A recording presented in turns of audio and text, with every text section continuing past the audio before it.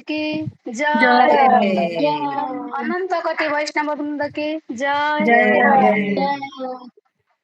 हरे कृष्णा, सभी को सादर हरे प्रणाम। कृष्णा, हरि बहुत बोल। सुंदर, बहुत बहुत धन्यवाद माता जी आपका। हरे कृष्ण हरि बोल। धन्यवाद माता जी। धन्यवाद। हरे कृष्णा मंगलाचरण कौन करेंगे? सुधा माता जी। ठीक है माता जी। नहीं माता जी मैं आपको ये बता। हरे कृष्ण, दंडवत प्रणाम। शिखा माता जी आप करो। शिखा माता जी मैंने आपको भेजा था ना। तो सुनिए माता जी, नेट नहीं है, मतलब लाइट नहीं है, तो अच्छा सब अच्छा, बंद है। कोई और वो बात ना नहीं। मैंने गूगल से वो निकाला था, नरसिंह भगवान का अर्थ, वो है मेरे पास।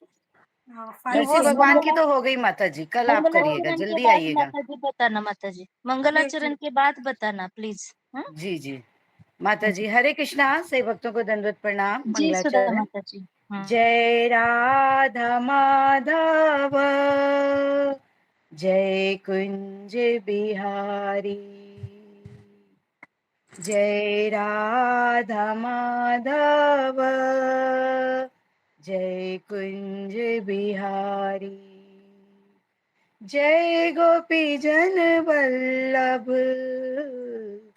जय गिरिवरधारी, यशोदानंदन ब्रज जन रंजन, यशोदानंदन ब्रज जन रंजन, यमुना तीर वनचारी, जय राधा माधव, जय कुंज बिहारी, जय राधा माधव, जय कुंज बिहारी। ओम नमो भगवते वासुदेवाय, ओम नमो भगवते वासुदेवाय, ओम नमो भगवते वासुदेवाय। नारायणं नमस्कृत्यं नरं च नरोत्तमं, देवी सरस्वती व्यासं ततो जयेत मुदीरयेत्। नष्टप्रायेषु भद्रेषु नित्यं भागवत सेवया, भगवती उत्तम श्लोके भक्तिर्भवति नष्टिकी।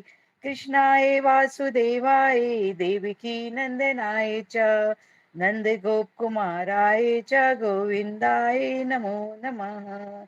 जय श्री कृष्ण चैतन्य प्रभु नित्यानंद, श्री अद्वैत गदाधर श्रीवासादि गौर भक्त वृंद, गुरुवे गौर चंद्राय राधिकाय ददालये, कृष्णाय कृष्ण भक्ताय तद्भक्ताय नमो नमः। मूकं करोति वाचालं पंगुं लंघयते गिरिं, यत्कृपातहं वन्दे गुरुदीनतारिणी। श्री परमानंद माधवम श्री चैतन्य ईश्वरम। हरे कृष्णा कृष्णा कृष्णा हरे हरे, हरे राम राम राम हरे हरे। हरे कृष्णा। सभी भक्तों को धन्यवाद प्रणाम। धन्यवाद माता जी सेवा देने के लिए। हरि बोल माता जी, बहुत सुंदर, बहुत बहुत धन्यवाद। हरे कृष्ण आदि नारायण प्रभु जी, दंडवत प्रणाम। सभी हरे भक्तों को कृष्णा, दंडवत दंड प्रणाम। प्रणाम। हरे सभी कृष्णा, भक्तों दंडवत को प्रणाम, दंड सभी प्रणाम। प्रभु दंडवत प्रणाम। कृष्णा प्रभु जी, आपके चरणों में दंडवत प्रणाम, सभी को चरणों हरे में कृष्णा दंडवत प्रभु प्रणाम। जी, हरे कृष्ण दंडवत कोटि प्रणाम। प्रणाम। शिखा माता जी, शिखा माता हरे जी कृष्ण नरसिंह आदि आरती नारायण के प्रभु जी बारे में दंडवत बताना प्रणाम। चाहते हैं। हरे जी कृष्ण माता आदि जी। नारायण प्रभु जी। जी शिखा माता जी। हरे हरे कृष्णा कृष्णा। अशोक प्रभु जी, दंडवत प्रणाम। सभी भक्तों को दंडवत दंड प्रणाम। हरे प्रणाम। कृष्णा। सभी भक्तों के चरणों में दंड प्रणाम। हरे कृष्णा, हरे कृष्णा। कल एकादशी है, ध्यान रखिएगा और ज्यादा से ज्यादा माला कीजिएगा।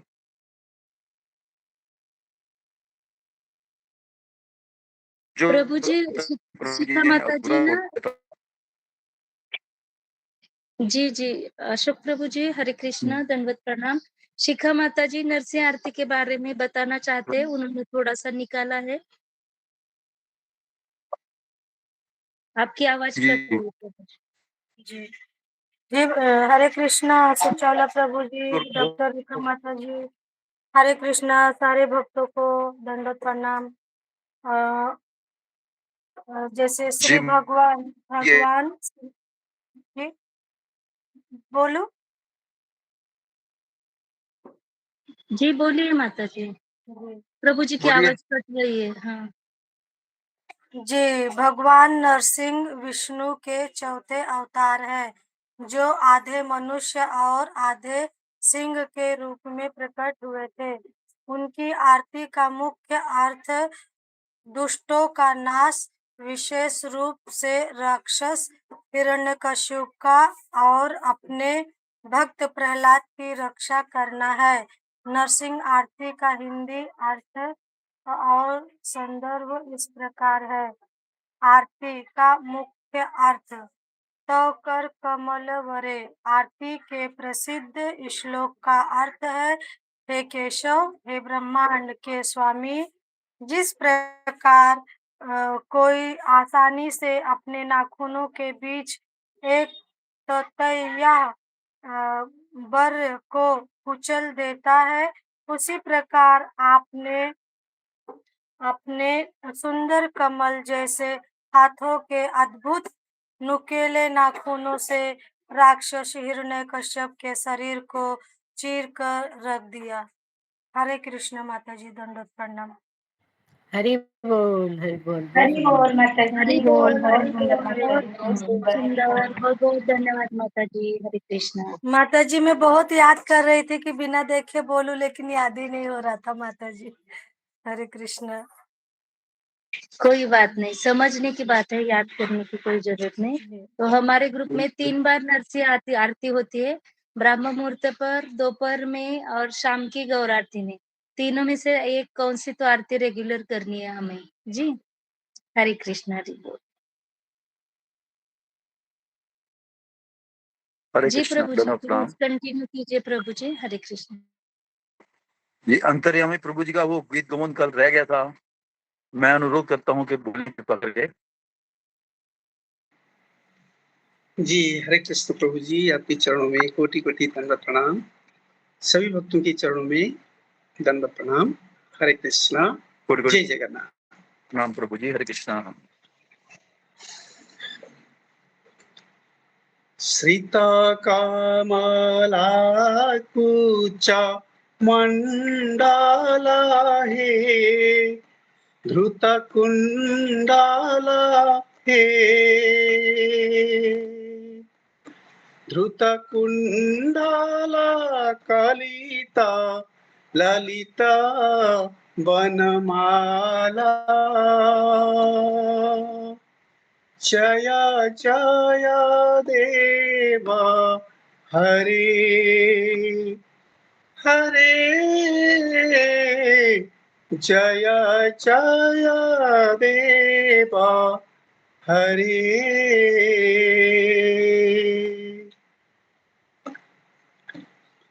दीनामणि मंडल मंडना हे, भवखंडना हे,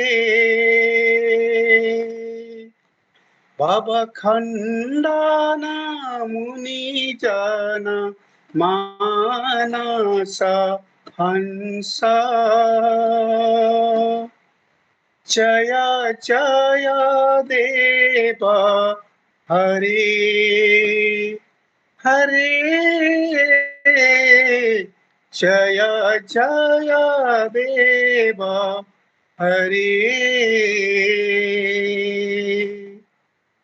कालिया विषाधार गंजना हे, जनरंजना हे, जनरंजना यदुकुल नलिना दिनेशा, जया जया देवा हरे हरे, जया जया देवा हरे। मधुमूरा नरक विनाशन हे गरुडासन हे गरुडासन सुरकुल केली निदान जय जय देव हरि हरि जय जय देव हरि अमल कमल दल लोचन हे भवमोचन हे भवमोचन त्रिभुवन भवन निधान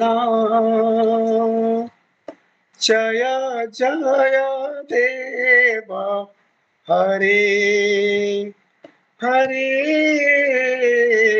जय जय देव हरे जनक सुता कृत भूषण हे चितदूषण हे चितदूषण समर समित दशकंठ जय जय देव हरि हरि जय जय देव हरि अभिनव जलधर सुंदर हे धृत मंदार हे धृत मंदार श्रीमुख चंद्र चकोर जय जय देव हरि हरि जय जय देव हरि तब चरणी प्राण ताभयम् इति भावय इति भावय कुरु कुशलं प्राण तेषु जय जय देव हरि हरि जय जय देव हरि श्री जय देव कबेरिदं कुरुते मुदम्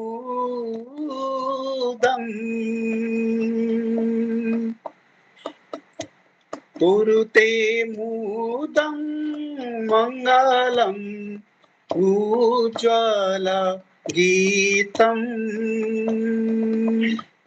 जय जय देव हरि हरि जय जय देव हरि हरि जय जय देव हरि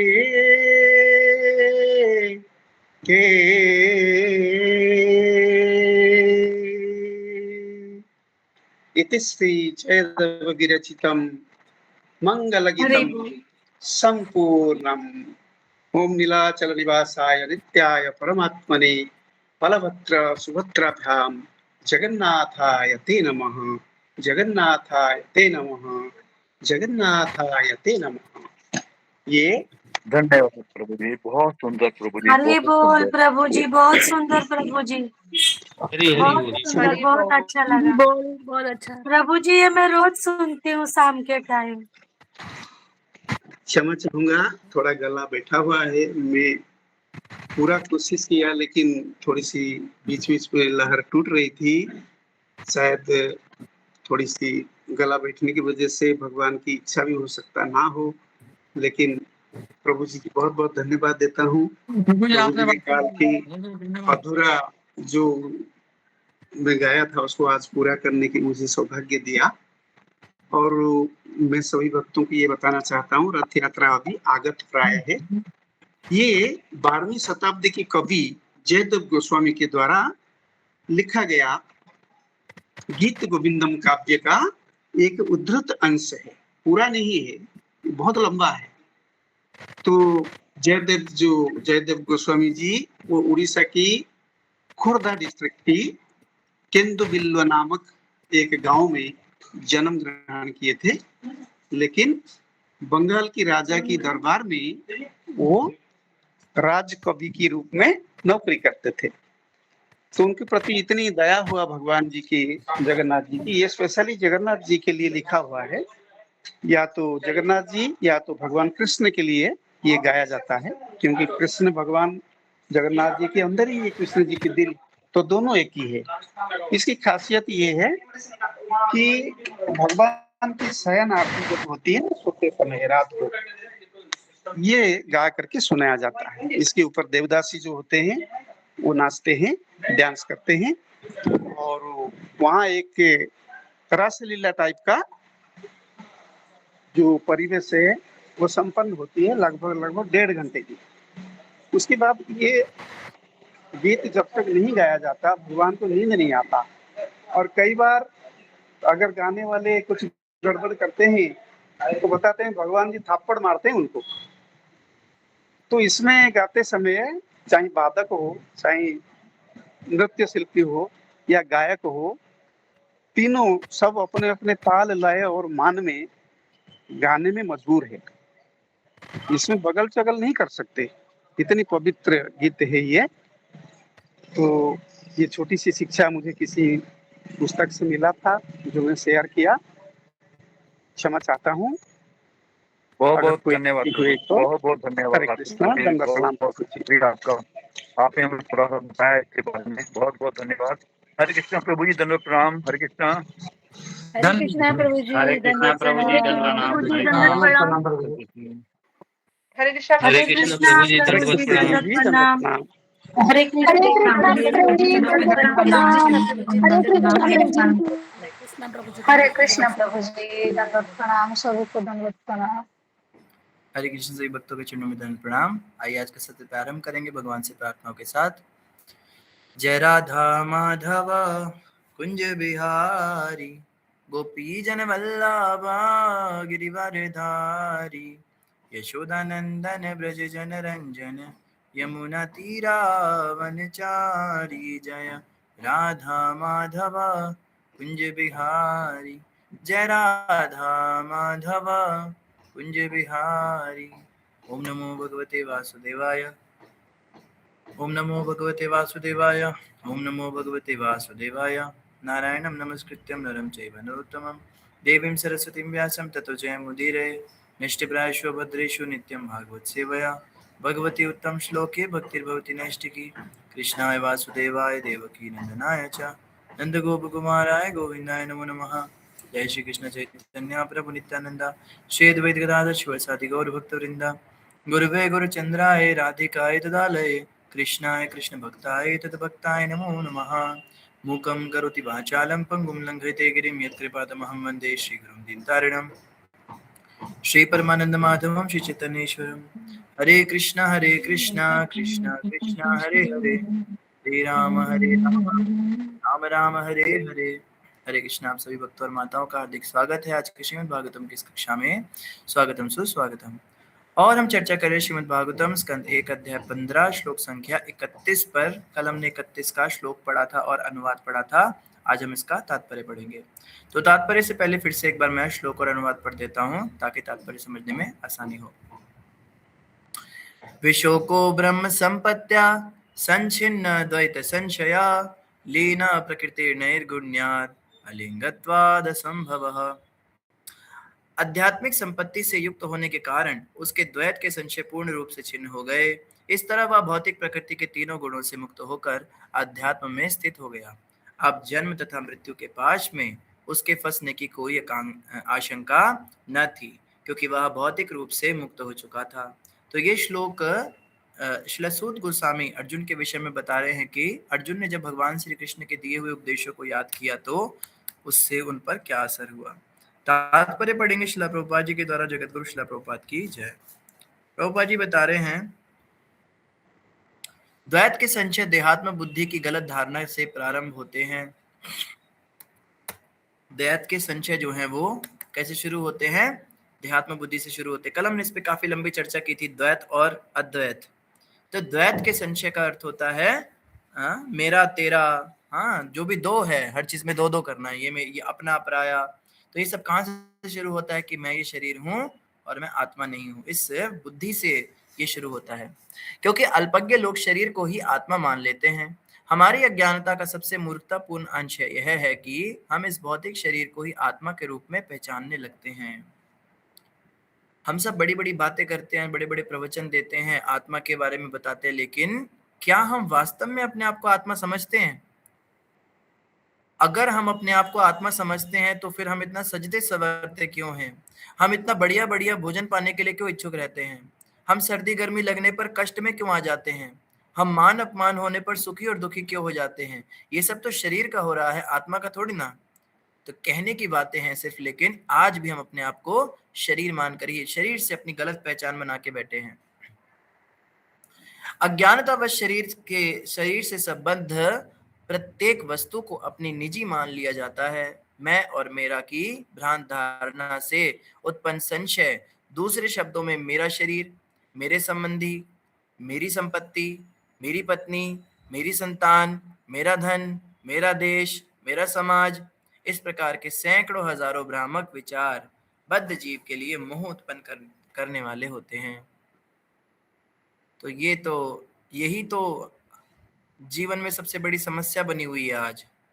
इतनी भागवत सुन ली, इतने माला कर ली, इतने दीक्षा भी ले ली, ब्राह्मण दीक्षा भी ले ली, संन्यास दीक्षा भी ले ली, सब कुछ हो गया हमारा, लेकिन मैं और मेरा गया नहीं अभी तक। श्रीपद रामानुजाचार्य के एक शिष्य थे, उन्होंने एक बार उनसे प्रश्न किया कि उन्होंने पूछा, ये जो श्लोक है भगवत गीता के अंदर, सर्वधर्मान परित्यज्य, इसका अर्थ क्या होता है?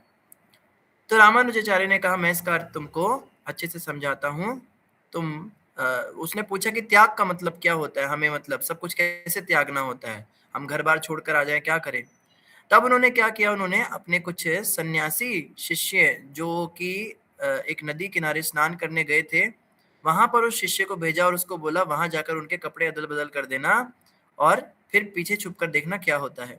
तो सारे बड़े बड़े सन्यासी, अब सन्यासी रामानुजाचार्य के सन्यासी शिष्य मतलब बहुत पहुंचे हुए थे, बहुत बड़े स्तर पे बड़े बड़े प्रवचन करते थे और बहुत ही उच्च कोटि के सन्यासी थे, बहुत नियमों का पालन करते थे। तो जब घाट पर वापस आए तो देखा कपड़े मिक्स हो गए। बोला, मेरी धोती तूने कैसे पहन ली? तूने मेरा सन्यास दंड ले लिया, ये मेरे कपड़े किसने फाड़ दिए? वहां पे विवाद छिड़ गया। तो वो व्यक्ति देख रहा था ये सब और उसने आके गुरुजी को ज्यों का त्यों बताया कि गुरुजी ऐसे हो गया। अब उन्होंने बोला कि अब तो मेरे शिष्य धनुर्दास के घर में जा और वहां पर मैं धनुर्दास को किसी कार्य से मंदिर बुला लेता हूँ, तो वहां पर उनकी पत्नी सोई होगी और वहां पे जाकर सारे उसके घर में जितने गहने हैं सब चुरा कर लिया। तो शिष्य गया, धनुर्दास को गुरुजी ने किसी काम से बुला लिया, तो उनकी पत्नी वहां सच में सोई हुई थी और खिड़की से कूदकर वो गए अंदर। और जैसे ही वो अंदर गए देखा तो धनुर्दास के घर में बहुत सारे गहने, सोने चांदी बहुत थे, क्योंकि धनुर्दास एक बहुत बड़ा काम करता था, वो राजा का राज दरबारी था, तो उसके पास बहुत पैसे थे। तो उसकी अलमारियां खोल के सारे गठरी भरने लगा। तो जब जाने लगा तो सोचता है कि ये माता सोई हुई है, इसके शरीर पर भी गहने हैं, गुरुजी ने आज्ञा दी थी सारे गहने लेकर आना। तो माता ने करवट ले रखी थी, तो जिस करवट वो लेटी थी, ऊपर का एक कान की बाली, एक हाथ की चूड़ियां और जो भी वो ले सकता था, एक पैर की पायल उसने ले ली। तो इतने में क्या देखा, माता ने करवट बदल ली। तो वो घबरा गया, उसको लगा कहीं माता जग ना जाए, मुझे पकड़ ना ले। वो तुरंत जो है कूद के बाहर चला गया और देखने लगा क्या होता है। कुछ समय बाद धनुर्दास घर में आए तो माता ने उनका स्वागत किया। तो पत्नी ने जब स्वागत किया तो कहते हैं, अरे देवी, ये कौन सा नया तुमने फैशन किया है? एक तरफ तुमने सब पहन रखा है, एक तरफ कुछ है नहीं। कहती है, मुझे लगता है कि मंदिर में धन की आवश्यकता है। आखिर वे बेचारे सन्यासी करें भी तो क्या करें? क्यों, ऐसा क्यों लगता है? कहते ऐसे ऐसे करके हमारे गुरु भाई थे, वो हमारे घर में आके चोरी करने लगे धन की। तो तुमने उसको रोका तो नहीं? नहीं नहीं पतिदेव, मैंने उसको बिल्कुल नहीं रोका। मैंने तो बल्कि मेरी एक तरफ के वो गहने निकाल गए तो मैं दूसरी तरफ करवट लेट गई कि वो दूसरी तरफ के भी निकाल लें, लेकिन वो चले गए, वो शायद घबरा गए। तो पति कहता है, तुम्हारे अंदर इतना अहंकार है, इसी कारण से वो चला गया। पत्नी कहती है, आप सही कह रहे हैं, हम गृहस्थियों का आखिर क्या होगा, हम इतने पतित हैं, हम तो ठीक से कुछ सेवा भी नहीं कर पा रहे हैं। तो ये बात उसने जब देखी और उसने जाके अपने गुरु महाराज को बताया, अगले दिन प्रवचन में रामानुजाचार्य ने सबके सामने ये दोनों घटनाओं का वर्णन किया और उन्होंने बताया कि ये इतने त्यागी सन्यासी होकर भी कुछ कपड़ों के लोथड़ों के लिए आपस में झगड़ने लगे, ये मेरा ये तेरा, और यहाँ पर ये गृहस्थ होकर भी, पत्नी के साथ रहकर भी इतना अनासक्त है कि इसके घर में जितना भी सामान है इसने सारा बेझिझक मंदिर में दे दिया। तो ये मैं और मेरा की जो भावना है ये कपड़े बदलने से नहीं जाती, इसको समझिए। कोई अगर गेरुआ वस्त्र पहन ले तो उसमें मैं और मेरा की भावना चली जाएगी। ये बाल छिलाने से नहीं जाती, कि कोई हेड शेव कर ले, बाल छिला ले, इससे नहीं जाती। इसको जाने में समय लगता है। धीरे धीरे रे मना, धीरे सब कुछ होए, माली सींचे 100 गड़ा, ऋतु आए फल होए। कोई सोचे मैं 4 दिन तक 64 माला कर लूंगा तो मेरे अंदर मुझे भगवान के दर्शन हो जाएंगे, मेरे अंदर के संशय दूर हो जाएंगे, ऐसा नहीं। आप 100 घड़ा पानी एक दिन डाल दोगे तो बीज जो है गल के खत्म हो जाएगा, और तो क्या बढ़ेगा। उसको रोज का पानी रोज चाहिए, और समय के साथ बहुत सुंदर वृक्ष होगा, फिर फल आएगा, ऋतु आने पर फल भी आएगा। तो समय के साथ ही कुछ कार्य होते हैं, इसके लिए हमें बड़ा उतावला नहीं होना चाहिए। खैर प्रभुपाद जी यहाँ पे यही बात बता रहे हैं कि मेरा समाज, मेरी पत्नी, ये जो मैंपन है हमारा, यही हमारा सबसे बड़ा मोह उत्पन्न करने वाला ये कारण है। किंतु भगवत गीता के उपदेशों को आत्मसात करने से मनुष्य निश्चित रूप से ऐसे मोह से छुटकारा पा सकता है। तो प्रभुपाद जी ने इसका समाधान भी बताया, समस्या भी बताई तो समाधान भी बताया। समाधान में प्रभुपाद जी ने बताया कि भगवत गीता को ध्यान से, भगवत गीता के उपदेशों को आत्मसात करना है। हमें प्रभुपाद जी के शब्दों को ध्यान से पढ़ना चाहिए। देखो यहाँ प्रभुपाद जी ने ये नहीं कहा कि भगवत गीता का निरंतर पाठ करना चाहिए, भगवत गीता का प्रवचन करना चाहिए, भगवत गीता को सुनना चाहिए। प्रभुपाद जी कह रहे भगवत गीता के उपदेशों को आत्मसात करना है। आत्मसात का मतलब क्या होता है? अपना आत्मसात, अपने साथ उसको रखना है, अपने अंदर उसको समा लेना है, अर्थात 24 घंटे वो हमारे मानस पटल पे घूमते रहें, वो शब्द भगवान के, वो दिव्य वो बातें। जैसे हम किसी रेस्टोरेंट में जाएं तो हमारे अंदर दिमाग आए, देहिनोस्मिन यथा देहे कौरम यौवनम जरा। हाँ, ये भौतिक शरीर में खाने पीने सोने के लिए नहीं मिला है, आहार निद्रा भय मैथुनम चा, ये सब श्लोक हमें घूमने चाहिए। जब हम किसी अच्छे मॉल में देखते, सड़क पे चलते हुए बड़े बड़े मॉल देखते, बड़े बड़े लोगों को एंजॉय करते हुए देखते हैं, हम फेसबुक या इंस्टाग्राम की स्टोरीज चेक करते हैं, लोग बड़े बड़े चश्मे डालकर कोई बीच में मजा कर रहे हैं, कोई बच्चों के साथ गर्मियों में घूमने गए हैं। इन सबको देख के हमारे दिमाग में क्या घूमना चाहिए? इन सबको देखकर हमारे दिमाग में यही घूमना चाहिए, बहुनाम जन्मनाम अन्ते ज्ञानवान मां प्रपद्यते। बहुत बहुत जन्मों तक यही सब काम करने के बाद में किसी भाग्यशाली जीवात्मा को भगवान में रुचि होती। तो मैंने हर जन्म में यही सब किया जैसे ये लोग कर रहे हैं, पता नहीं इन लोगों का समय कब आएगा। तो ये होता है प्रैक्टिकल एनालिसिस। ये नहीं कि भगवत गीता के हमें इतने श्लोक पता है, भागवतम में हमें इतना, हमने भक्ति शास्त्री कर लिया, और जब क्लास होती है तो हम प्रश्न करें तो उसका उत्तर बड़ा सुंदर लंबा लंबा उत्तर भी दे दिया हमने, हमें सब थ्योरेटिकली पता है। लेकिन जब प्रैक्टिकली उन चीजों को हम देखते हैं संसार में, तब हम उस ज्ञान को भूल जाएं। यही तो आत्मसात का अर्थ है। जैसे हम पता है कैसे, हम अंगराज कर्ण की तरह हैं। कर्ण भी बड़ा एक्सपर्ट था, कर्ण को सारा ज्ञान था, लेकिन जिस दिन उस ज्ञान की आवश्यकता पड़ी उसी दिन ज्ञान भूल गया। जहां पे हमें आवश्यकता होती ज्ञान को याद करने की, बच्चों की चेहरे देखते हैं, पति का चेहरा देखते हैं, पत्नी का देखते हैं, घर परिवार देखते हैं, दूसरे के घर में देखते हैं, इतना सामान है, हमारे घर में बड़ी गरीबी है, ये सब देखते ही हमारा जो आध्यात्मिक ज्ञान है वो सारा उड़न छू हो जाता है। क्या हमने गीता पढ़ी, हमने उसके ऊपर पीएचडी कर ली बेशक, लेकिन उसको आत्मसात नहीं कर पाए। तो प्रभुपाद जी बहुत एनकरेज नहीं करते थे भक्तों को कि आप श्लोकों के रट्टे मारिए। कई हैं इस दुनिया में जो भगवत गीता के 700 श्लोक रोज पाठ करते हैं, एवरीडे, बिना देखे, उनको कंठस्थ है। मैंने अपनी आंखों से ऐसे भक्तों को देखा है, वो सुबह उठते हैं, उठने से वो भगवत गीता के श्लोकों का पाठ शुरू कर देते हैं, नहाते हैं और तिलक लगाते हैं, कपड़े पहनते, करते करते उनके 700 श्लोक कंप्लीट हो जाते हैं, इतना उनको अभ्यास है। लेकिन उनके जीवन में आप देखेंगे कोई पालन नहीं उन बातों का, गाली गलौच भी करेंगे, पैसे के लिए लालची भी होंगे, झगड़े भी करेंगे, खाने पीने के लिए मरेंगे, तो क्या लाभ? ऐसे ज्ञान का कोई लाभ नहीं है। प्रभुपाद जी कहते हैं भगवत गीता के उपदेशों को आत्मसात करने से मनुष्य निश्चित रूप से ऐसे मोह से छुटकारा पा सकता है। तो मोह से छुटकारा पाने के लिए हमें भगवत गीता के उपदेशों को आत्मसात करना होगा, नहीं तो गीता के रट्टे लगाते रह जाएंगे, मोटी मोटी पोथियां पढ़ते रह जाएंगे, ग्रेजुएशन, पोस्ट ग्रेजुएशन, भक्ति वैभव सब कुछ कर लेंगे, लेकिन मोह समाप्त नहीं होगा। मरते मरते भी सोचेंगे हाय हाय इतनी सब संपत्ति मैंने इकट्ठी करी, ये सब मुझे छोड़ के जानी पड़ रही है, कैसे मरूं। तो भगवत गीता को आत्मसात करना है। आप कहोगे भाई क्यों, गीता को आत्मसात करने से क्या होगा? प्रभुपाद जी कहते हैं क्योंकि वास्तविक ज्ञान यह जान लेना है कि भगवान वासुदेव या भगवान श्री कृष्ण ही सब कुछ हैं। वासुदेव सर्वम इति, जिसमें अपना आत्मा भी सम्मिलित है। मैं भी उन्हीं का हूं, मेरे पास जो है वो तो उन्हीं का है, लेकिन मैं भी उन्हीं का हूं। मेरे पास जो संपत्ति है वो सब वासुदेव की है, ये फिर भी समझ में आ सकता है हमें, लेकिन मैं भी उनका हूं ये समझना नेक्स्ट लेवल की पढ़ाई है। मैं भी उन्हीं का हूं अर्थात मेरी इंद्रियां भी उन्हीं की सेवा के लिए हैं, मेरा जन्म ही उनकी सेवा के लिए है। मैं तेरे चरणों की दासी, तू मेरा मल्हार, संवरिया ले चल परली पार। प्रभु को यही प्रार्थना की हम आपके चरणों की दासी, हम तो हाँ तुलसी महारानी से यही तो सुबह रोज प्रार्थना करते हैं। क्या कहते हैं? ए निवेदना धरो सखीर अनुगता करो, सेवाया दे कर दिए करो निज दासी। मोरा बेलाश विलास कुंजे दियो वास, नयने हेरी बो सदा युगल रूप राशि।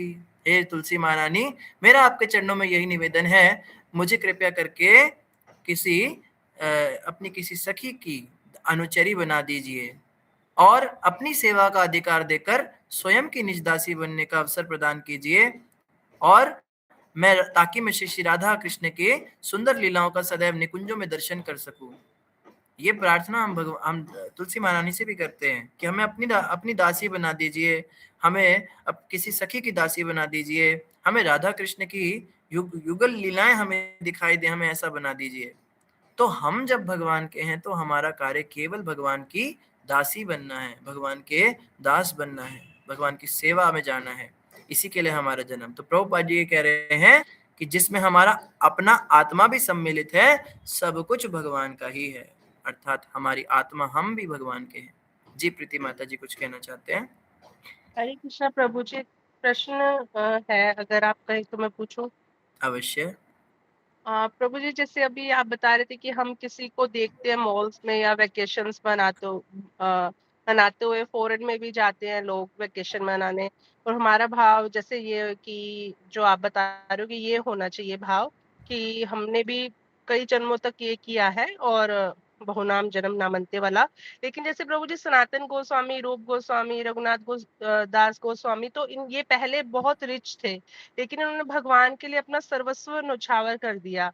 लेकिन अगर जैसे हम अपनी बात करें कि हम ये सोच तो ले, लेकिन वो अंगूर खट्टे हैं वाली बात होती है उस केस में, कि जो चीज हमें मिल ही नहीं सकती उस पे हम कृष्ण का नाम लगा दे कि नहीं नहीं हम तो कृष्ण के भक्त हैं और हमें तो ये सब कुछ चाहिए नहीं, लेकिन इन अंदर से सूक्ष्म रूप से कहीं ना कहीं वो इच्छा है अभी भी कि हम भी घूमें, हम भी वर्ल्ड टूर पे जाएँ, या हम पे भी इतनी संपत्ति हो।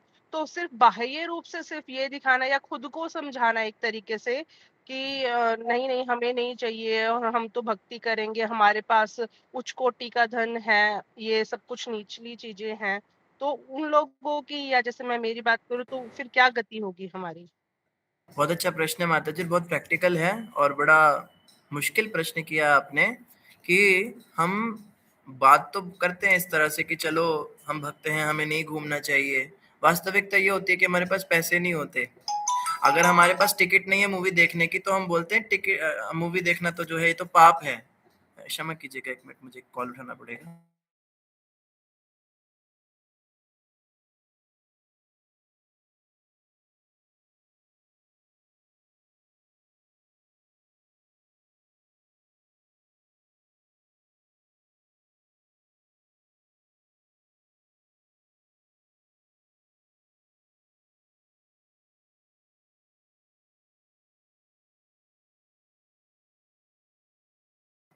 क्षमा कीजिएगा।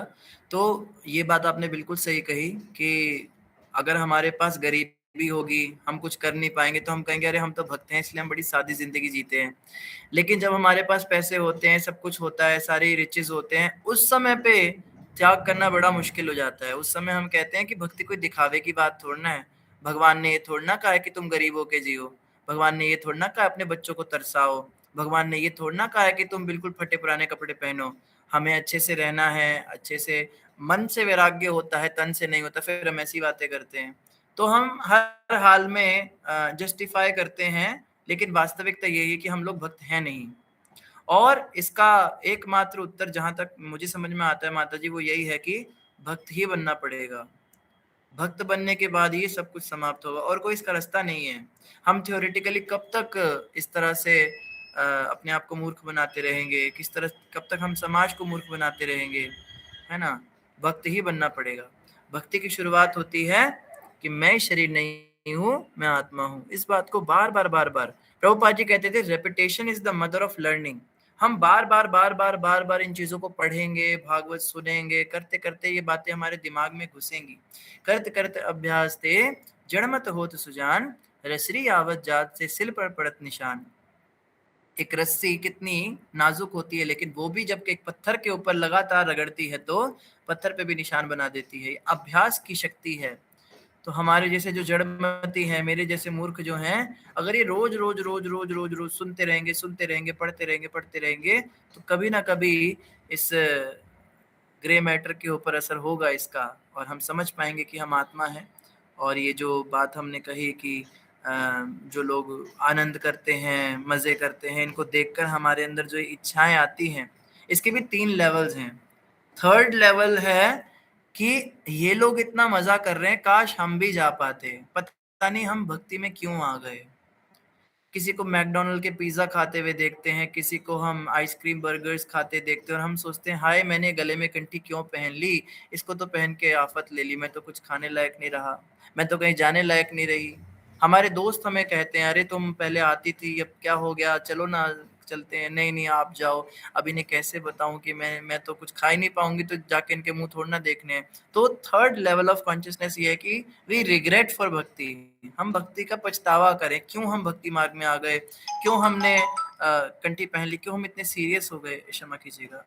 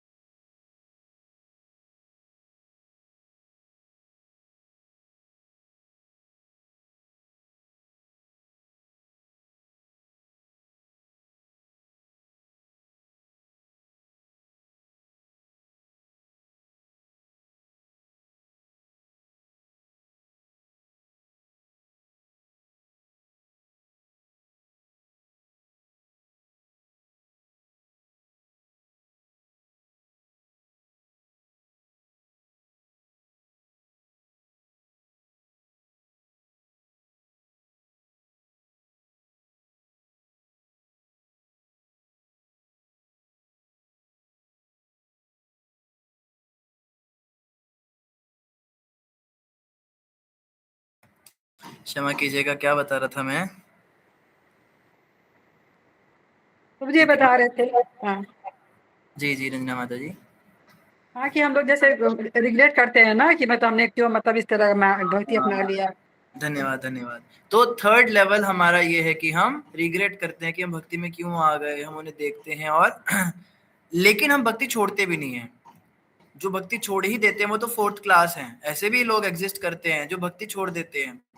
उनको बोलो आजकल आपने माला छोड़ दी, कंठी छोड़ दी, मंदिर आना, अरे बहुत किया, वो बीच में थोड़ा प्रॉब्लम आ गई, घर में ऐसे हो गया, और कुछ ना कुछ वो बता देंगे, इशू हो गया, इनकी जॉब छूट गई या घर में बहुत प्रॉब्लम हो गई, बाहर आना जाना पड़ता है हमें, लोगों ने हमें बोल बोल के बहुत परेशान किया, वो कुछ भी दे इसका कारण।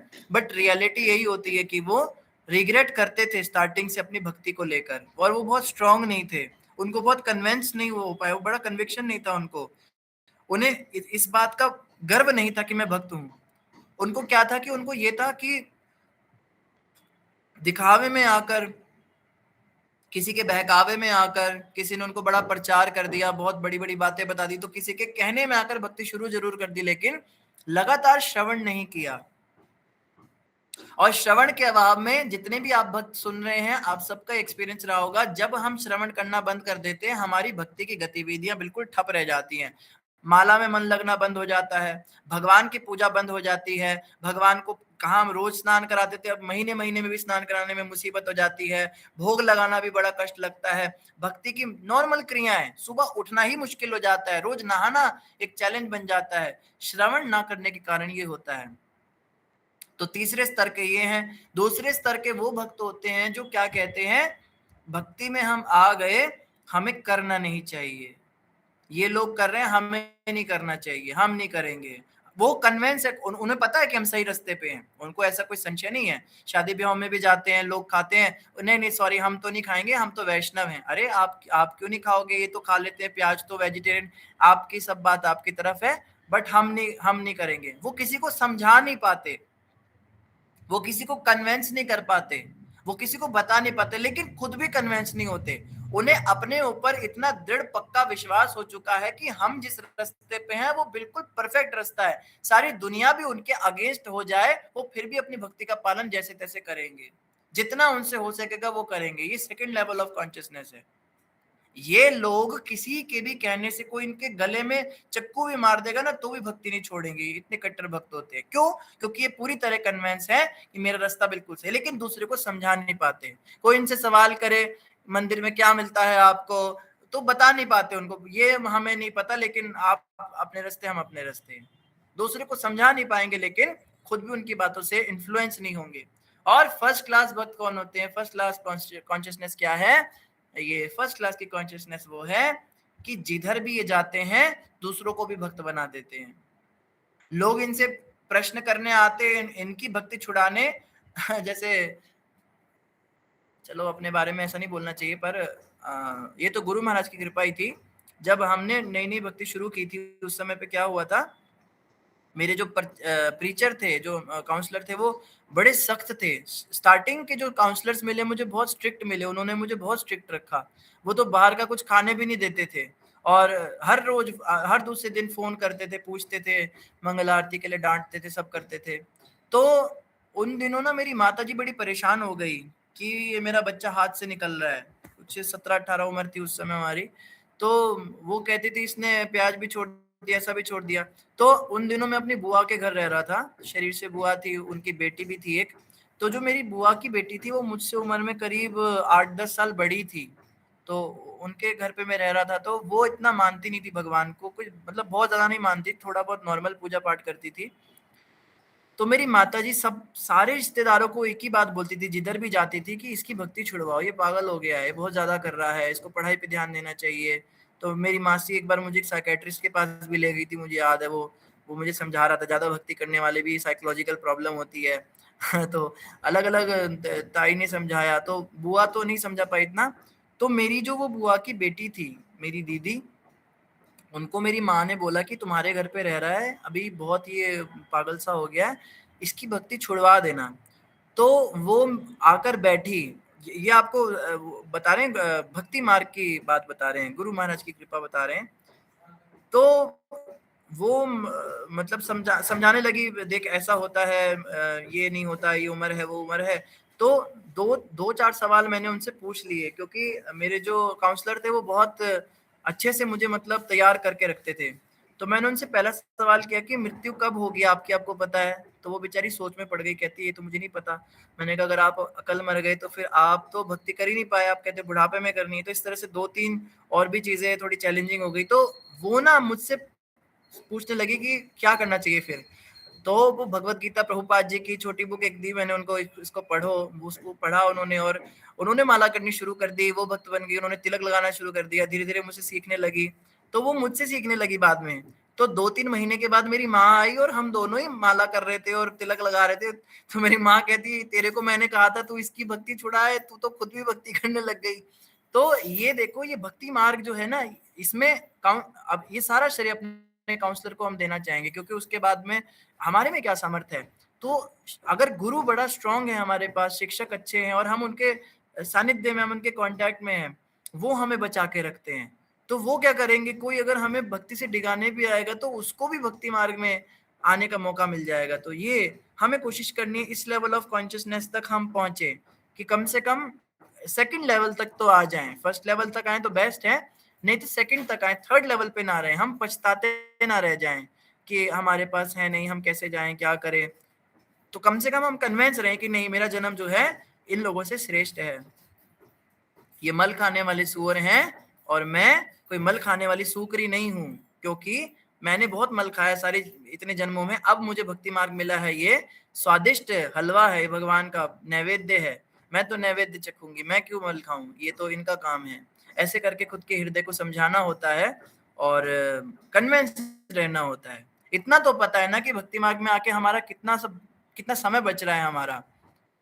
स्पिरिचुअली भी नहीं देखे तो मेटीरियली भी हमें कितना फायदा है। हम कितना हेल्दी डाइट खाते हैं, आजकल बाहर के खाने में कितना मिलावट है, लोग कितनी तरह की बीमारियों से ग्रस्त हैं। हम आगे पीछे अपनी सहेलियों को देखें, वो कैसी कैसी दवाइयां ले रही हैं, कहाँ कहाँ वो मानसिक शांति नहीं है उन लोगों को। हमारे पास कितना कुछ है, भौतिक में भी हमारे पास कितना कुछ है, मन हमारे उनसे शांत है, हम कितने आराम से बैठे इत्मीनान से, हमें कोई दिमाग में टेंशन नहीं है कि मेरे पास महंगी ड्रेस नहीं है, मेरे पास मैचिंग जूते नहीं है, मेरे पास सोने का सेट नहीं, हमें वो नहीं है। वो लोग उन छोटी छोटी चिंताओं को लेकर दिन भर परेशान रहते हैं। तो अगर मेटीरियली भी देखे, भौतिक रूप से भी देखे, तो हम लोगों का जीवन बहुत बेहतर है उनसे। और साथ में हम लोग कितने हम जैसे ये कहते हैं ना कि भौतिक जगत की अगर हम बात करते हैं, भौतिक जगत के अंदर कंपटीशन चलता है, हम उस कंपटीशन से बाहर निकल के कितना स्ट्रेस रिलीफ हो गया हमारा, कि केवल लोग जो हैं दिखावे करने, वो करना, हमें कोई फर्क नहीं। कोई हमें कहते अरे तुम तो बड़ी गरीब लग रही हो, देहिनोस्मिन यथा, ये तो मेरे देह को देख रही, शरीर को देखकर बोल रही है गरीब, इस बेचारी को पता ही नहीं कि मैं आत्मा हूँ और मेरे पास क्या खजाना है। तो इस तरह से खुद को जो है इतना तो हम बना लें कि हमें कोई व्यक्ति कुछ बोल ना पाए, या कोई हमें कुछ बोले तो हम पे फर्क ना पड़े। तो इतना तो हमें तैयारी करनी चाहिए। जी प्रीति माता जी। जी प्रभु जी, थैंक यू प्रभु जी। हरे कृष्णा, बहुत हेल्प मिलेगी प्रभु जी, आपने जो सोल्यूशन दिया, बहुत सारे प्रैक्टिकल सोल्यूशन आपने दिए। थैंक यू प्रभु जी। हरे कृष्णा। धन्यवाद हरे कृष्णा। हाँ सतीश प्रभु जी कुछ कहना चाहते हैं?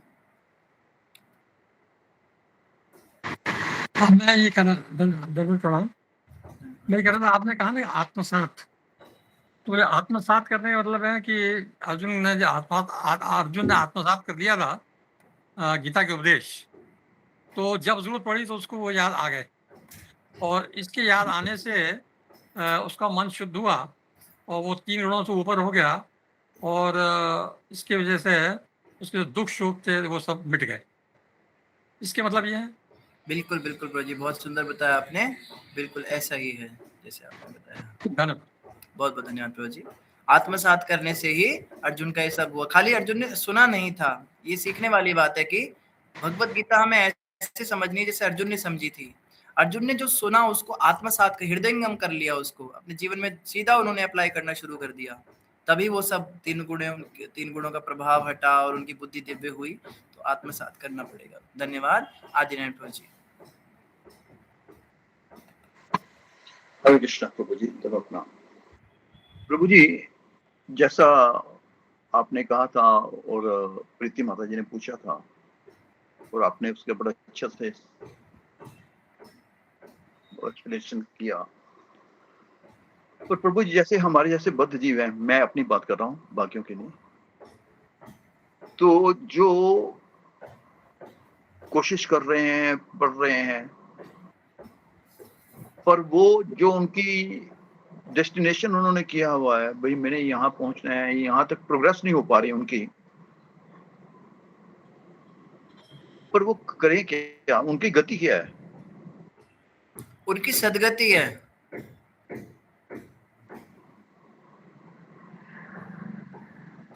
उनकी सदगति है। पहले तो वो सोचते भी नहीं थे प्रगति करने का, अब वो सोच तो रहे हैं। जब सोच रहे हैं तो एक दिन पहुंच भी जाएंगे। सदगति है। ठीक है प्रभु जी, धन्यवाद। जो बच्चा बहुत मेहनत कर रहा है, आईएएस का एग्जाम निकालने के लिए हार्डशिप कर रहा है, वो अगर पास नहीं भी होगा तो भी उसको ज्ञान तो हो जाएगा बहुत सारा। जो किताबें वो पढ़ेगा वो कहाँ जाएंगी? तो अगर मरते मरते भगवत प्राप्ति नहीं भी हुई तो भी जो हमने भक्ति करी है इसका हमें बहुत लाभ होगा। ये खाली खराब नहीं जाएगी। जितनी हमने माला की है, जितनी भगवान की सेवा की है, भगवान गीता में बताते हैं अर्जुन को। यही सवाल अर्जुन ने भी किया था भगवान से कि असफल योगी की क्या गति है, जिसने भक्ति का खूब पालन किया जीवन में लेकिन किसी कारण से सिद्धि प्राप्त नहीं हुई उसकी, तो उसके तो सारे प्रयास बेकार हुए। न राम मिला न दाम मिला, भौतिक जगत भी भोग नहीं कर पाया, सुख आनंद नहीं कर पाया, और जिसके लिए इतना भक्ति किया वो भी उसको मिला नहीं। कृष्ण कहते उसको भी 3 लाभ होते हैं अर्जुन।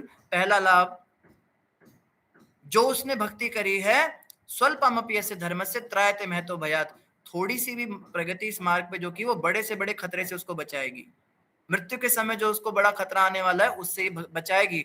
उसकी सुगध मृत्यु होगी। उसको बड़े बड़े जो उसके ऊपर कष्ट आने वाले हैं वो बड़े छोटे होकर आएंगे। ये तो असफल योगी के लिए बताया भगवान ने कि जिसने थोड़ी भी भक्ति करी होगी। तो मैं किसी का ऋण नहीं रखता अर्जुन। किसी ने मेरे को एक फूल भी चढ़ाया है, मैं उसको भी, द्रौपदी ने अपनी साड़ी का एक पल्लू का हिस्सा फाड़ के भगवान की उंगली पे बांधा था, तो बदले में भगवान ने कितने गज साड़ी दी थी। तो भगवान कहते हैं जो थोड़ा भी मेरे लिए कुछ करता है तो उसके साथ में जो है समय आने पर मैं उसकी मदद करता हूँ।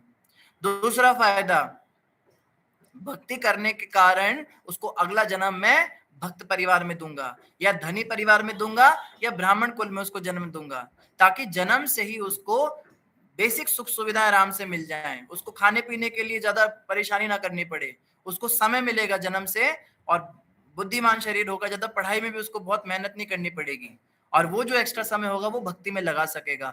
जन्म से उसको भक्ति करने का मौका मिलेगा, भक्ति करने के संस्कार। जो बहुत तीक्ष्ण बुद्धि के साथ पैदा हुए हैं, जो बहुत धनी परिवारों में पैदा हुए हैं, जो भक्तों के परिवार में पैदा हुए हैं, या जो कुलीन ब्राह्मणों के परिवार में पैदा हुए हैं, वो समझ जाए क्या वही सुकृतिवान भक्ति योगी हैं जिनके पिछले जन्म की भक्ति पूर्ण नहीं हो पाई और मृत्यु जल्दी आ गई। उस कारण ये जन्म आपको भक्ति पूरी करने के लिए मिला है। इसको समझिए, ये जन्म और किसी कार्य के लिए मिला नहीं है। तो ये भगवान ने दूसरा फायदा बताया। और तीसरे फायदे में भगवान ने क्या बताया, वो हमारे दिमाग से निकल गया। तो 3 जो है फायदे भगवान ने गीता में बताए असफल योगी के, कि जो भक्ति करेगा लेकिन असफल भी हो जाएगा तो उसको भी फायदा ही, उसको भी नुकसान नहीं। इस रास्ते पे केवल फायदा ही फायदा है, कोई। हाँ, तीसरा बताया, इस मार्ग पे जो प्रगति करता है वो कभी नीचे नहीं गिरता। ना में भक्ता प्रणश्यति, अगर 50वीं सीढ़ी तक भक्ति की आपने प्रोग्रेस की और आपकी मृत्यु भी हो गई तो अगले जन्म में 50 से ही प्रारंभ करेंगे, दोबारा से शुरुआत नहीं करनी पड़ेगी। ये भी फायदा है, कभी कुछ नुकसान नहीं है। इस रास्ते पे कभी नुकसान नहीं होता। तो अगर आप ये कहते हैं कि हमारा तो ये हुआ नहीं, पूरा तो हुआ नहीं भक्ति, तो भी भगवान कहते कोई बात नहीं, अगला जन्म में फिर तुम्हें मौका मिलेगा, फिर भक्ति शुरू करना, कोई बात नहीं। पर प्रभु जी, अगर कोई धनी परिवार में पैदा हुआ तो उसके कलमश, उसके तो धन के कलमश तो बहुत होते हैं, अहंकार होता है, गलत काम होते हैं, तो वो कलमश तो घेरेंगे नहीं उसे। अहंकार तो गरीबों के परिवार में भी आ जाता है। नहीं, बाकी जो गलती करते हैं धनी परिवार के लोग करते हैं। गरीब परिवार को लोग ज्यादा चोर उचक्के बनते हैं, अमीर लोग कहाँ बनते हैं।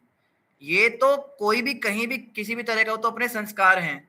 अब जैसे ये अंबानियों का बेटा है, वो क्या ना, अनंत अंबानी, वो देखो उसको कोई अभिमान नहीं धन का, वो कितना चैरिटी करता रहता है बेचारा, तो ये हम ये नहीं कह सकते कि कोई व्यक्ति धनी परिवार में पैदा होगा तो उसमें एक कलमश आएगा ही आएगा, वो तो अपने संस्कारों के कारण होता है।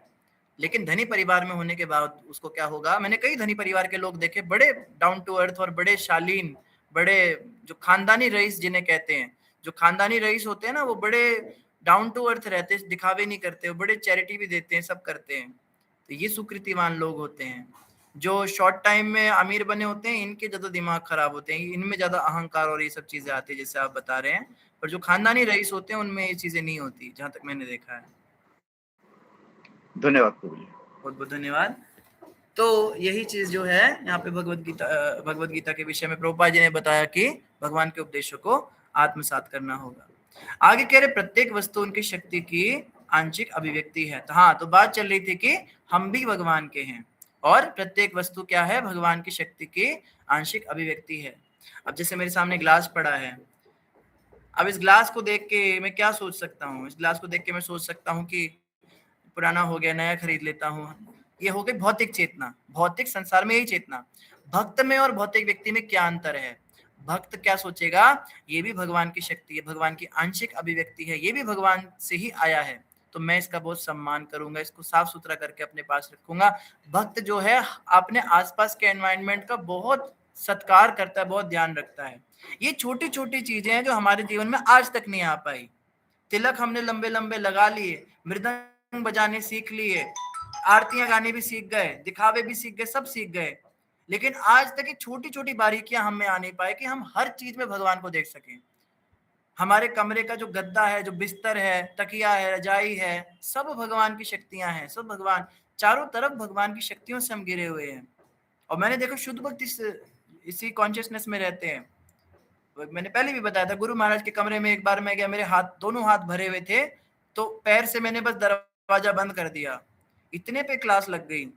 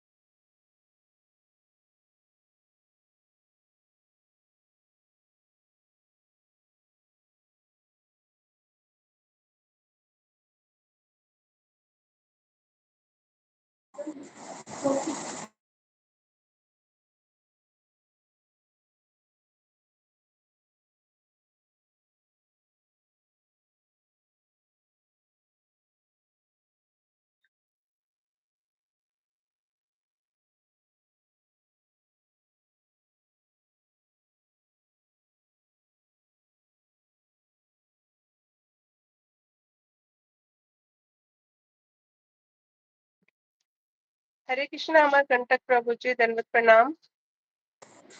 दंडवत प्रणाम माता जी। हरे कृष्णा। हरे कृष्णा प्रभु जी, आपके चरणों में दंडवत प्रणाम। हरे कृष्णा माता जी। धन्य प्रणाम माता जी। हरे कृष्णा। रुद्र प्रभु नहीं आए माता जी आज क्लास में? आए थे प्रभु जी।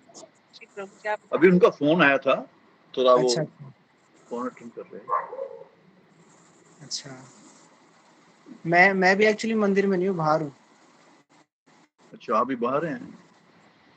जी जी। आप प्रभु एक्चुअली जी एक पहली बार यात्रा आए जा रही हमारे थी। उसमें पहली बार आए आप? दर्शन पहली बार हो रहे हैं आपके? प्रभु जी इन्होंने मैं- दिया था 3 दिन का वो दिया था ना, जब हाँ, तो अभी क्लास हरि नाम पे हरि नाम सेशन ली थे 3 दिन सेमिनार की। लिया था, सेमिनार बहुत लिया था। सुंदर क्लास ली थी प्रभु जी बहुत ने, सुंदर पूरी था। प्रेजेंटेशन के साथ, स्लाइड्स के साथ। हाँ, क्षमा करें प्रभु जी, हरे मैं कृष्णा मंदिरों में था। प्रभु जी, दंडवत प्रणाम। जी। अमर प्रभु जी सबको सब दंडवत प्रणाम कर रहे हैं आपको।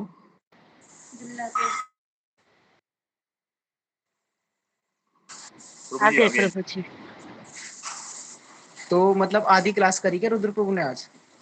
जी पूरी करिए। नहीं नहीं, अभी ज्वाइन हुई प्रभु जी। अच्छा, कंटिन्यू अभी चल join रही है, हुए। अभी वो बीच में वो गए हैं थोड़ा बात करने बीच में फोन फोन पे। आया, हाँ, उनका फोन आ गया आगे था। आगे आगे। आगे। हरे कृष्णा, थोड़ा इंटरनेट इशू हो गया था। हरे कृष्णा अमरकंटक प्रभु जी, कैसे हैं?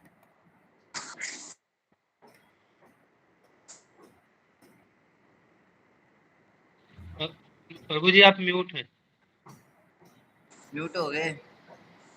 हरे कृष्णा प्रभु। आगे आगे। अमृतसर में घूम रहे हैं। जी प्रभु जी, बस आपकी कृपा है। आनंद करो, मंगल करो। अभी मायापुर कब निकलेंगे? 6:25 शाम को। शाम को ट्रेन है। जी शुभ यात्रा आपको। जी प्रभु जी, धन्यवाद। ठीक है, समय तो हो गया वैसे आज, लेकिन श्लोक कंप्लीट नहीं हो पाया। ये श्लोक थोड़ा ज्यादा समझाने वाला है। मैंने पहले ही पूछा था कि कैसे करना है, तो आदि नारायण प्रभु ने कहा था समझ समझ के आगे चलना है। तो कभी कभी बीच में थोड़ा ऐसे श्लोक भी आएंगे जो 2-3 दिन ले जाएंगे, तो पहले ही कोई बात नहीं प्रभु जी, ठीक है चलेगा प्रभु जी, अच्छा है। चलेगा अच्छी बात है प्रभु प्रभु जी। जी, कम से कम दिमाग में कुछ घुस तो रहा है। चाहे 50% घुसे, चाहे 25% कुछ तो दिमाग में आ रहा है ना प्रभु जी, घुस तो रहा है, बैठ तो रहा है, अर्थ समझ आ रहा है ना उसका। सबसे बड़ी बात ये है। प्रभु जी आत्मसात करना है तो समझना पड़ेगा ना, प्रैक्टिकली कैसे अप्लाई करें, तो इसलिए। सही बात है। आत्मसात करना है तो थोड़ा समझ के चलना पड़ेगा। तो ये श्लोक जो है ये बहुत ही गहरा श्लोक है और प्रभुपाद जी का तात्पर्य बहुत ही सुंदर है। तो मेरी तो यही इच्छा है कि हम इसको धीरे धीरे ही पढ़ेंगे। तात्पर्य थोड़ा लंबा है, ये शायद कल का दिन भी पूरा लग जाएगा। कोई बात आज नहीं मैं प्रभु जी। लेट भी हो गया आने में। आज के लिए बस इतना ही। किसी वक्त कोई प्रश्न है तो पूछ सकते हैं, हैंड रेज कर सकते हैं। जी शिखा माता जी, हरे कृष्णा। हरे कृष्णा प्रभु जी, दंडवत प्रणाम। प्रभु जी, जैसे आप बोले कि हम हमारा मतलब हम भगवान के हैं, भगवान हमारे हैं, तो हम मतलब हमारा आत्मा और सब भगवान के हैं, तो हमें मतलब श्रृंगार करते हैं तो वो हम अपने मतलब मन के लिए, अपने मतलब इस शरीर के लिए। तो प्रभु जी, जैसे जो शादीशुदा लेडीज होती है तो उन्हें तो सिंदूर, बिंदी, मंगलसूत्र, चूड़ियां ये सब तो पहननी पड़ती है प्रभु जी। अगर जो नहीं पहनेंगे तो फिर समाज भी हमें गलत बोलता है। तो वही पूछना था प्रभु जी, थोड़ा सा मुझे जानकारी जब लेनी 2 रुपए की बिंदी से काम चल सकता है तो 2000 वाला बिंदी का पता, कोमोलिका वाली बिंदी क्यों लगानी है? जब हमारा 5 रुपए वाले पाउडर से काम चल रहा है, फिर भी हमें 10,000 वाला पाउडर का मेकअप सेट क्यों खरीदना है? ये कह कह के कितनी स्त्रियां जो हैं वो इतना इतना खतरनाक, पूरी वो क्रुएला बन के आती हैं मंदिर में, कहती है हम तो श्रृंगार करते हैं, हम तो वो हैं सुहागन हैं, हम तो ठाकुर जी के लिए। इतना गंदा मेकअप तुम लगाती हो ठाकुर जी के लिए या पति के लिए जो श्रृंगार होता है, वो सस्ता भी हो सकता है, उसमें सिंपल जो जो जो रिक्वायर्ड चीज है, उसमें इतना ज्यादा लाली लिपस्टिक लिपअप होती है थोड़ा ना होता है। आपके लिए नहीं कह रहे शिखा माता, आप तो सिंपल ही जी। हो, वैसे नॉर्मल जैसी स्त्रियां होती है इस तरह की बात करती हैं कई बार कि हमें तो ये भी जी। करना पड़ता है वो भी करना पड़ता है, दूसरों का नाम लगा के मजे लेते हो जिंदगी में। ये सब करना ही दिखाता है कि भक्ति के नाम पे हम क्या करते हैं, केवल लोगों को ठगते हैं। कई लोग बोलते हैं कि मरना तो है नहीं प्रभु जी, खाना तो पड़ेगा, तो भूख तो लगती, भगवान ने पेट डाला है तो हम भगवान को भोग लगा के खाते हैं। और भगवान को भोग लगा के क्या चल रहा है, पिज्जा पार्टी चल रही है, मैकडोनल्ड का बर्गर चल रहा है, ओम कृष्ण अर्पणमस्तु ऐसे कर करके जो है, और फिर कहते हैं हम खाने बिना तो मर जाएंगे। अरे मौत तेरी, क्या बर्गर खाए बिना मर जाएगा तू? पेस्ट्री खाए बिना तेरी मौत हो जाएगी? रोटी खा के तेरे को तो क्या, ये तो कहने की बातें होती हैं। तो सबको पता है कि कितना श्रृंगार आवश्यक होता है और कौन एक्स्ट्रा करता है कौन कम करता है, इसमें कोई वैसी बात नहीं है। बाकी शिखा माता जिसके लिए भी आपने प्रश्न किया आप उसको समझा दीजिएगा। धन्यवाद प्रभु जी। हरे कृष्णा जी। एक और हैंड रेज था, हैंड डाउन हो गया बेचारे का, कौन थे? अमरकंटक प्रभु जी ने हैंड रेस किया हुआ है। अच्छा, हरे कृष्णा अमरकंटक प्रभु जी, अपनी हरे अमरकंठ कृष्ण वाणी प्रभु, दंडवत प्रणाम। आशीर्वाद दीजिए हमको। अरे प्रभु जी आप आशीर्वाद दीजिए। प्रभु जी यात्रा में कौन कौन से भजन गाने चाहिए उसके बारे में कुछ बताइए। यात्रा में भजन गाओ, ये गलियां ये चौबारा, यहाँ आना ना दोबारा।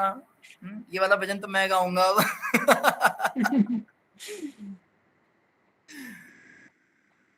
पौड़ी पौड़ी चलता जा, जय जय माता दी करता जा।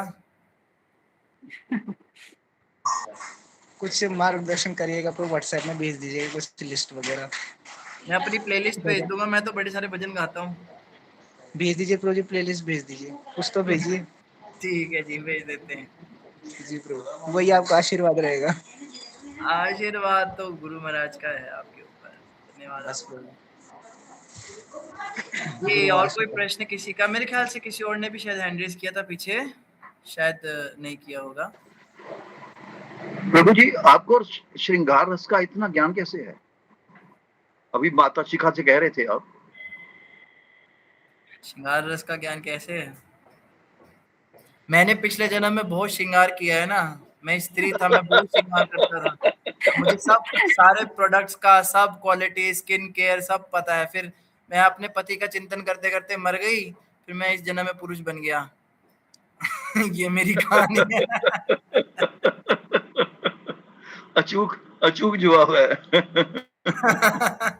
रियलिटी है ये, प्रभुपाद जी ने कहा ये सब जितने पुरुष हैं पिछले जन्म में स्त्रियां थे, और जितनी स्त्रियां हैं सब पिछले जन्म में पुरुष थे। तो ये मरते समय अपने प्रेमी का चिंतन करते करते मरे, तो ये अब इस जन्म में ऐसे बन गए। तो इस जन्म के बाद अगला जन्म राम जाने कैसा होगा। तो धन्यवाद, और तो कोई प्रश्न जी नहीं है आज के प्रभु लिए। जी, इस जन्म में तो भगवान का चिंतन करके मरना है कि अगले जन्म में भगवान ही मिले। बस आपके मुंह में गुड़ शक्कर माता जी, भगवान करे हम सभी को अंतिम समय पे भगवान की याद आ सके और हम सभी भगवत प्राप्ति करें। शिखा माता के आशीर्वाद हम सबको प्राप्त हुए। धन्यवाद आपका। ठीक है, हरे कृष्णा। इन्हीं शब्दों के साथ सभी का धन्यवाद। ग्रंथराज में महापुराण की जय। जगत